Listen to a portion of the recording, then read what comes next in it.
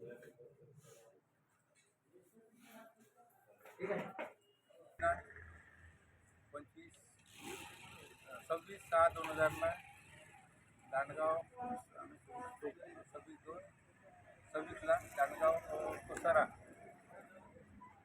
रेती घाट सुरू करण्यात आला आणि सुरू होऊन तिथे आपले लाभार्थी आहे,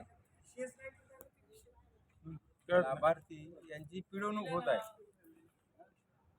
कारण तर जे अधिकारी आहे ते तिथं स्वतः हजर राहत नाही. तहसीलदारचे आदेश असून सुद्धा ते हजर राहून लाभार्थ्यांना सहकार्य करत नाही. त्याच्यामुळे आज आम्ही माननीय तहसीलदार साहेब, कलेक्टर साहेबाला आमचं निवेदन दिलेले आहे आणि तशी त्यांनी सूचना द्यावी ही आमची.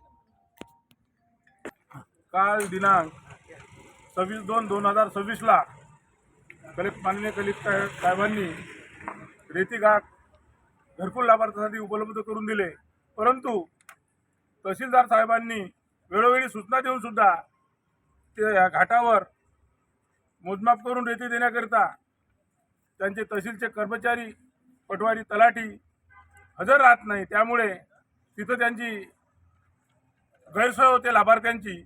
त्यामुळे पूर्ण तालुक्यातील लाभार्थी नाराज आहे.